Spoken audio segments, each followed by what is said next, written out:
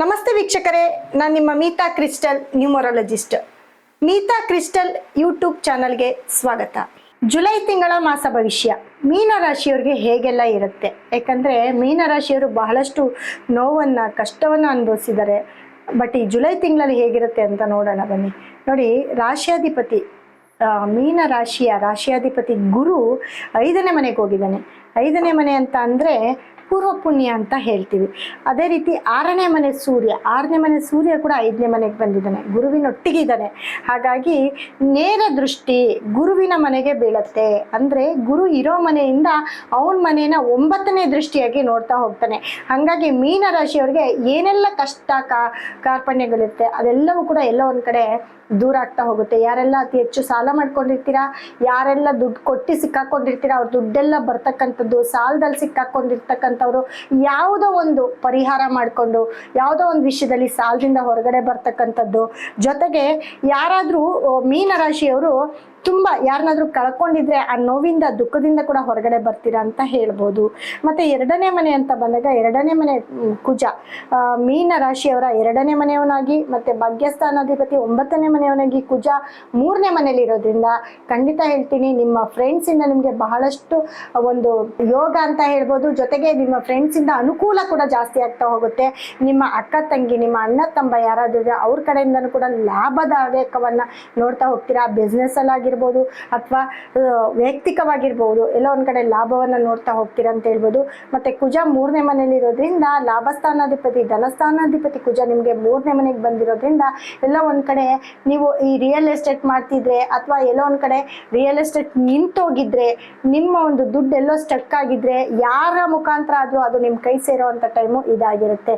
ಗುರು ದೃಷ್ಟಿ ಕೂಡ ನಿಮ್ಮ ಮೇಲೆ ಬೀಳ್ತಾ ಇರೋದ್ರಿಂದ ಒಂದು ಒಳ್ಳೆ ಸಮಯ ಅಂತ ಹೇಳ್ಬೋದು. ಜೊತೆಗೆ 4ನೇ ಮನೆಯಲ್ಲಿ ಬುಧ ಇದ್ದಾನೆ. 4ನೇ ಮನೆಯಲ್ಲಿ ಬುಧ ಅಲ್ಲೇ ಇರೋದ್ರಿಂದ ನಿಮ್ಮ ಸುಖ ಸ್ಥಾನ, ನಿಮ್ಮ ಮನೆ ಮಾಡ್ಕೊಳ್ಳೋವಂಥದ್ದು, ಮನೆ ಇನಾಗ್ರೇಷನ್ ಮಾಡ್ತಕ್ಕಂಥದ್ದು ಅಥವಾ ಮನೆಗೆ ಯಾವುದಾದ್ರೂ ಅಡ್ವಾನ್ಸ್ ಕೊಟ್ಟಿದ್ರೆ ಮನೆ ನಿಮ್ಮ ಕೈ ಸೇರ್ದಿರ ಇರ್ತಕ್ಕಂಥ ಒಂದು ಚಾನ್ಸ್ ಟೈಮಲ್ಲಿ, ಈ ಒಂದು ಟೈಮಲ್ಲಿ ನಿಮ್ಮ ಮನೆ ನಿಮ್ಮ ಕೈ ಸೇರೋ ಅಂಥದ್ದು, ಅಥವಾ ನೀವು ಮನೆ ಕಟ್ಟಿ ಎಲ್ಲೋ ಬಾಡಿಗೆ ಮನೇಲಿ ಇರ್ತೀರಾ, ಇವಾಗ ನಿಮ್ಮ ಸ್ವಂತ ಮನೆಗೆ ಬರ್ತಕ್ಕಂಥದ್ದು, ಅಥವಾ ಇನ್ನೊಂಚೂರು ಲಕ್ಸುರಿ ಮನೆಗೆ ಹೋಗ್ತಕ್ಕಂಥದ್ದು, ಈ ಥರದ್ದೆಲ್ಲ ಆಗ್ತಾ ಹೋಗುತ್ತೆ. ಕಟ್ಟಿರೋ ಮನೆ ತೊಗೊಳ್ಳೋವಂಥದ್ದು ಅಥವಾ ಮನೆಗೆ ಯಾವುದಾದ್ರೂ ಆಲ್ಟ್ರೇಷನ್ ಮಾಡ್ತಕ್ಕಂಥದ್ದು, ಇವೆಲ್ಲವೂ ಕೂಡ ನಡೆಯುತ್ತೆ ಮೀನರಾಶಿಯವರಿಗೆ. ಅದೇ ರೀತಿ 5ನೇ ಮನೆ ಅಂತ ಬಂದಾಗ ಸೂರ್ಯ ಮತ್ತೆ ಗುರು ಇರ್ತಾರೆ.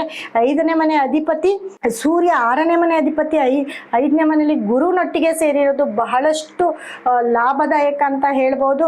ಜೊತೆಗೆ 6ನೇ ಮನೆಯಲ್ಲಿ ಶುಕ್ರ ಮತ್ತೆ ಕೇತು ಇರ್ತಾರೆ. ಇದು ಆರೋಗ್ಯದ ಮೇಲೆ ಸ್ವಲ್ಪ ಪರಿಣಾಮ ಬೀರುತ್ತೆ. ಮತ್ತೆ ಎಲ್ಲೋ ಒಂದು ಕಡೆ ನಿಮ್ಮ ಗೊತ್ತಿರೋರ ಹತ್ರ ತುಂಬ ಜಗಳ ಮಾಡ್ತಕ್ಕಂಥದ್ದು, ನಿಮ್ಮನ್ನ ಯಾಮಾರಿಸಿ ಯಾರಾದರೂ ಮೋಸ ಮಾಡಿದರೆ ಅವರೆಲ್ಲೋ ನಿಮ್ಮ ಕಣ್ಣಿಗೆ ಕಾಣಿಸೋವಂಥದ್ದು, ಅವ್ರಿಗೂ ನಿಮಗೂ ಮನಸ್ತಾಪ ಆಗುವಂಥದ್ದು, ಇವೆಲ್ಲವೂ ಕೂಡ ನಡೀತಾ ಹೋಗುತ್ತೆ. ಯಾಕಂದರೆ 3ನೇ ಮನೆ ಶುಕ್ರ 6ನೇ ಮನೆಗೆ ಬಂದಿರೋದು ಬಹಳಷ್ಟು ವಿಚಿತ್ರ ಅಂತ ಹೇಳ್ಬೋದು. ಜೊತೆಗೆ 6ನೇ ಮನೆ ಅಂತ ಬಂದಾಗ ನೋಡಿ, 3ನೇ ಮನೆಯವನು ಅವನೇ ಆಗಿರ್ತಾನೆ, ಜೊತೆಗೆ 8ನೇ ಮನೆಯವನು ಕೂಡ ಅವನೇ ಆಗಿರ್ತಾನೆ. ಸಡನ್ ಶಾಕಿಂಗ್ ನ್ಯೂಸು, ತುಂಬ ದಿವಸದಿಂದ ನೀವು ಯಾರನ್ನಾದ್ರೂ ಕಳ್ಕೊಂಡಿರ್ತೀರಾ, ಅಥವಾ ನಿಮ್ಮ ಲೈಫ್ ಪಾರ್ಟ್ನರ್ ಆಗಿರ್ಬೋದು, ಅಥವಾ ನಿಮಗೆ ಗೊತ್ತಿರೋರಾಗಿರ್ಬೋದು, ನಿಮ್ಮ ಹಳೆ ಫ್ರೆಂಡ್ಸ್ ಆಗಿರ್ಬೋದು, ಸಡನ್ ಆಗಿ ನಿಮ್ಮ ಕಣ್ಮುಂದೆ ಬರ್ತಕ್ಕಂಥದ್ದು, ಅಥವಾ ಅವ್ರಿಗೂ ನಿಮಗೂ ಯಾವುದೋ ಒಂದು ಕಾಲದಲ್ಲಿ ಮನಸ್ತಾಪ ಆಗಿರುತ್ತೆ, ಅದೆಲ್ಲೋ ಒಂದು ಕಡೆ ನಿಮ್ಮ ಕಣ್ಮುಂದೆ ತೋರಿಸ್ಕೊಳ್ಳೋ ಅಂಥದ್ದು, ಅಥವಾ ನೀವು ಮಾತೇ ಬಿಟ್ಬಿಟ್ಟಿರ್ತೀರಾ, ಅಂಥವ್ರ ಜೊತೆ ಯಾವುದೋ ಒಂದು ಟೈಮಲ್ಲಿ ನಿಮ್ಮ ಎದುರುಗಡೆ ಸಿಕ್ಬಿಡೋವಂಥದ್ದು. ಇದರಿಂದ ನಿಮಗೆ ಮನಸ್ಸಿಗೆ ಬಹಳ ನೋವಾಗುವಂಥ ಒಂದು ಟೈಮ್ ಕೂಡ ಇದಾಗಿರುತ್ತೆ, ಈ ತಿಂಗಳಾಗಿರುತ್ತೆ. ಹಾಗಾಗಿ ಅದ್ರ ಬಗ್ಗೆ ಸ್ವಲ್ಪ ಕೇರ್ಫುಲ್ ಆಗಿರಿ ಅಂತ ಹೇಳ್ಬೋದು. ಮತ್ತೆ 3ನೇ ಮನೆ ಶುಕ್ರ ಕೇತು ಒಟ್ಟಿಗೆ 6ನೇ ಮನೇಲಿ ಇದ್ದಾನೆ ಅಂತಂದ್ರೆ ಯಾವುದಾದ್ರೂ ಒಂದು ಸಣ್ಣ ಪುಟ್ಟ ವಿಷಯದಲ್ಲಿ ಸಿಕ್ಕಾಕೊಂಡು ಅದರಿಂದ ನೋವನ್ನು ಅನುಭವಿಸ್ತಕ್ಕಂಥದ್ದು, ಮತ್ತೆ ಸಂಬಂಧವನ್ನು ಹಾಳು ಮಾಡ್ಕೊಳ್ಳೋವಂಥದ್ದು, ಇದೆಲ್ಲವೂ ಕೂಡ ಆಗುತ್ತೆ. ಹಾಗಾಗಿ ಶುಕ್ರ ಕೇತು ಇರೋದ್ರಿಂದ ನಿಮ್ಮ ಧನ ಕೂಡ, ನಿಮ್ಮ ದುಡ್ಡು ಕೂಡ ಎಲ್ಲ ಒಂದು ಕಡೆ ಬೇಡದಿರೋ ವಿಷಯಕ್ಕೆ ಖರ್ಚು ಮಾಡುವಂಥದ್ದು ಕೂಡ ಇದಾಗಿರುತ್ತೆ, ಈ ಟೈಮ್ ಆಗಿರುತ್ತೆ. ಅದರಲ್ಲಿ ಸ್ವಲ್ಪ ಕೇರ್ಫುಲ್ ಆಗಿರ್ಬೇಕಾಗುತ್ತೆ. ಮತ್ತೆ ಸಪ್ತಮ ಅಂತ ಬಂದಾಗ ಸಪ್ತಮಾಧಿಪತಿ ಬುಧ 4ನೇ ಮನೆಯವನಾಗಿ 4ನೇ ಮನೆಯಲ್ಲೇ ಇರೋದ್ರಿಂದ ಖಂಡಿತ ಇಲ್ಲಿ ನಿಮಗೆ ಬಿಸ್ನೆಸ್ ಅಂತ ಬಂದಾಗ ಬಿಸ್ನೆಸ್ಸಲ್ಲಿ ಎಲ್ಲೋ ಒಂದು ಕಡೆ ಲಾಭ ಅಂತ ಹೇಳ್ಬೋದು. ನಿಮ್ಮ ತಾಯಿಯಿಂದ ಕೂಡ ಲಾಭ ಅಂತ ಹೇಳ್ಬೋದು.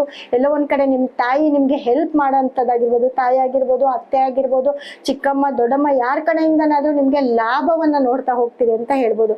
ಅದೇ ರೀತಿ 8ನೇ ಮನೆ ಶುಕ್ರ 6ನೇ ಮನೆಗೆ ಬಂದಿರೋದ್ರಿಂದ ಸ್ವಲ್ಪ ಹೆಣ್ಮಕ್ಳ ಹತ್ರ ಜಗಳ ಕದನ ಇವೆಲ್ಲ ಆಗುತ್ತೆ. ಇದು ಅಕ್ಕ ತಂಗಿ ತಾಯಿ ಅಥವಾ ವೈಫು, ಈ ಕಡೆಯಿಂದ ಸ್ವಲ್ಪ ಎಲ್ಲೋ ಒಂದ್ ಕಡೆ ಫ್ರೆಂಡ್ಸು, ಈ ಕಡೆಯಿಂದ ಸ್ವಲ್ಪ ನಿಮ್ಮ ಮನಸ್ಸನ್ನ ಚೇಂಜ್ ಮಾಡುವಂಥದ್ದು, ನಿಮ್ಮ ಮನಸ್ಥಿತಿ ಕೆಡುವಂಥ ಪರಿಸ್ಥಿತಿ ಬರುತ್ತೆ. ಮತ್ತೆ 9ನೇ ಮನೆ ಅಧಿಪತಿ ಕುಜ 3ನೇ ಮನೇಲಿರೋದು, ಭಾಗ್ಯಸ್ಥಾನಾಧಿಪತಿ ಕುಜ 3ನೇ ಮನೆಗೆ ಬಂದಿರೋದು. ಹೇಳೋದ್ನಲ್ಲ, ಪ್ರಾಪರ್ಟಿ ವಿಷಯದಲ್ಲಿ ಎಲ್ಲೋ ಒಂದ್ ಕಡೆ ನಿಮ್ಗೆ ಹೆಲ್ಪ್ ಮಾಡ್ತಾರೆ, ಯಾರಾದ್ರೂ ಹೆಲ್ಪ್ ಮಾಡ್ತಾರೆ. ನಿಮ್ಮ ಪ್ರಾಪರ್ಟಿ ಒಳ್ಳೆ ಒಂದು ಮಾರ್ಕೆಟ್ ಪ್ರೈಸ್ಗೆ ಮಾರ್ತಕ್ಕಂಥದ್ದು ಅಥವಾ ಒಳ್ಳೆ ಪ್ರೈಸಲ್ಲಿ ನೀವು ಪ್ರಾಪರ್ಟಿ ತಗೊಳ್ಳೋ ಅಂಥದ್ದು, ಮನೆ ಕಟ್ಟೋದು, ಇವೆಲ್ಲವೂ ಕೂಡ ಆಗ್ತಾ ಹೋಗುತ್ತೆ. ಮೀನರಾಶಿಯವ್ರಿಗೆ ತುಂಬಾ ಕಷ್ಟದಲ್ಲಿರ್ತೀರಾ ಮೀನರಾಶಿಯವರು. ಅದೇ ಎಲ್ಲೋ ಒಂದ್ ಕಡೆ ಈಗ ಆ ಕಷ್ಟದಿಂದ ಹೊರಗಡೆ ಬರ್ತೀರಾ. ಮೀನರಾಶಿಯವರು ಯಾರೆಲ್ಲ ರಾಜಕೀಯ ಕ್ಷೇತ್ರದಲ್ಲಿ ಇದ್ದೀರಾ, ಸಿನಿಮಾ ರಂಗದಲ್ಲಿದ್ದೀರಾ, ಕ್ರೀಡೆ ರಂಗದಲ್ಲಿದ್ದೀರಾ, ಇವರೆಲ್ಲರಿಗೂ ಕೂಡ ಎಲ್ಲ ಒಂದ್ ಕಡೆ ಒಳ್ಳೆ ಟೈಮು ಅಂತ ಹೇಳ್ಬೋದು. 5ನೇ ಮನೆಯಲ್ಲಿ ಸೂರ್ಯ ಮತ್ತೆ ಗುರು ಇರೋದ್ರಿಂದ ಮೀನರಾಶಿಯವರು ವಿದ್ಯಾಭ್ಯಾಸದಲ್ಲಿ ಕೂಡ ತುಂಬಾ ಚೆನ್ನಾಗಾಗ್ತೀರಿ. ಯಾವ್ದಾದ್ರು ಗೌರ್ಮೆಂಟ್ ಜಾಬ್ ಬರ್ತಕ್ಕಂಥದ್ದು, ಇಲ್ಲ ಗೌರವ ಧನ ಬರ್ತಕ್ಕಂಥದ್ದು, ಇಲ್ಲ ಗೌರವವನ್ನ ಸೂಚಿಸ್ತಕ್ಕಂಥದ್ದು, ಇವೆಲ್ಲವೂ ಕೂಡ ಆಗತ್ತೆ. ಕೆಲಸ ಅಂತ ಬಂದಾಗ 10ನೇ ಮನೆ ಅಧಿಪತಿ ಗುರು ನಿಮ್ಗೆ 5ನೇ ಮನೆಯಲ್ಲಿ ಇರೋದ್ರಿಂದ, ಮತ್ತೆ ಗುರು ಇರೋ ಜಾಗದಿಂದ ನಿಮ್ಗೆ 9ನೇ ದೃಷ್ಟಿ 9ನೇ ಮನೆಗೆ, 5ನೇ ದೃಷ್ಟಿ 9ನೇ ಮನೆಗೆ ಬೀಳ್ತಾನೆ. ಅದೇ ರೀತಿ ನಿಮ್ಮ ಲಾಭ ಸ್ಥಾನಕ್ಕೆ 11ನೇ ಮನೆಗೆ ನೋಡ್ತಾ ಹೋಗ್ತಾನೆ. ಅದೇ ರೀತಿ ಗುರುವಿನ ಒಂದು ದೃಷ್ಟಿ ನೇರ ನಿಮ್ಮ ಮನೆ ಮೇಲೆ ಬೀಳೋದ್ರಿಂದ, 9ನೇ ದೃಷ್ಟಿ ಬೀಳೋದ್ರಿಂದ ಒಟ್ಟಾರೆ ಮೀನರಾಶಿಯವರು ತುಂಬಾ ಚೆನ್ನಾಗಿ ಈ ಒಂದು ಗುರು ಬದಲಾವಣೆಯಿಂದ ಬಹಳಷ್ಟು ಇಂಪ್ರೂವ್ಮೆಂಟ್ ಆಗ್ತಾ ಹೋಗ್ತೀರಾ. ಬಿಸ್ನೆಸ್ ಕ್ಲಿಕ್ ಆಗ್ತಾ ಹೋಗುತ್ತೆ.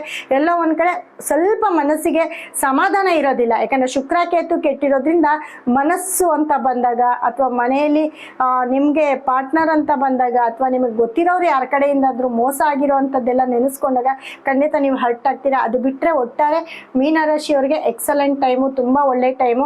ಹಾಗಾಗಿ ಮೀನರಾಶಿಯವರು ನೋಡಿ, ಈ ಒಂದು ಮನಸ್ಥಿತಿಯಿಂದ ಹೊರಗಡೆ ಬರಬೇಕು. ಎಲ್ಲ ಒಂದ್ ಕಡೆ ನಿಮ್ಮ ಶತ್ರುಗಳು ನಿಮ್ಮ ಕಣ್ಮುಂದೆ ಬರ್ತಾರೆ ಅಂತ ಹೇಳಿದೆ, ಅದರಿಂದ ನೀವು ನಿಮ್ಮ ಮನಸ್ಸನ್ನ ಕೆಡಿಸ್ಕೊಳ್ಬಾರ್ದು. ಅದಕ್ಕಾಗಿ ನಾನು ಕೊಡುವಂತಹ ಕೆಲವೊಂದು ಕ್ರಿಸ್ಟಲ್ನ ನೀವು ನಿಮ್ಮ ಒಂದು ಕೈಲಿ ಹಾಕೊಂಡಾಗ ತುಂಬಾ ಒಳ್ಳೇದಾಗುತ್ತೆ. ಜೊತೆಗೆ ನಾನು ಕೊಡುವಂತ ಈ ಒಂದು ಸ್ಟೋನ್ ಅನ್ನ ನೀವೆಲ್ಲಿ ಇರ್ತೀರೋ, ನೀವೆಲ್ಲಿ ಮಲಗ್ತಿರೋ ಆ ಜಾಗದಲ್ಲಿ ಇಟ್ಕೊಂಡಾಗ ಖಂಡಿತ ನಿಮ್ಮ ಮನಸ್ಥಿತಿ ಬದಲಾಗ್ತಾ ಹೋಗುತ್ತೆ ಅಂತ ಹೇಳ್ತಾ, ನಮ್ಮ ಒಂದು ಸಂಸ್ಥೆಗೆ ಕರೆ ಮಾಡಿ ಖಂಡಿತವಾಗ್ಲೂ ಈ ಸ್ಟೋನು ಮತ್ತೆ ಕ್ರಿಸ್ಟಲ್ ಯೂಸ್ ಮಾಡಿ, ಖಂಡಿತ ನಿಮ್ಗೆ ಒಳ್ಳೇದಾಗತ್ತೆ. ಮೀನರಾಶಿ ಅವರು ಎಲ್ಲೂ ತಿರುಗು ನೋಡದೇ ಇರೋಂಥ ಒಂದು ಟೈಮ್ ಇದಾಗಿರೋದ್ರಿಂದ ಬಹಳ ಲಾಭದಾಯಕವಾಗಿರ್ತೀರಾ ಅಂತ ಮಾತ್ರ ಹೇಳಬಲ್ಲೆ. ಹಾಗಾಗಿ ನಿಮಗೆ ಬಂದಿರೋಂಥ ಒಂದು ಒಳ್ಳೆ ಟೈಮ್ನ ಉಪಯೋಗಿಸ್ಕೊಳ್ಳಿ. ಸ್ಟೋನ್ ಮತ್ತೆ ಕ್ರಿಸ್ಟಲ್ನ ಯೂಸ್ ಮಾಡಿ, ಖಂಡಿತ ನಿಮ್ಗೆ ಒಳ್ಳೇದಾಗತ್ತೆ. ಇದು ನಿಮ್ಮ ರಾಶಿಯ ಅನುಸಾರ ಜುಲೈ ತಿಂಗಳಲ್ಲಿ ಏನಾಗುತ್ತೆ ಅನ್ನೋ ಗೋಚಾರದ ಫಲದ ಮೇಲೆ ನಾವು ನಿಮ್ಗೆ ಹೇಳ್ತಾ ಹೋಗ್ತಾ ಇದ್ದೀನಿ.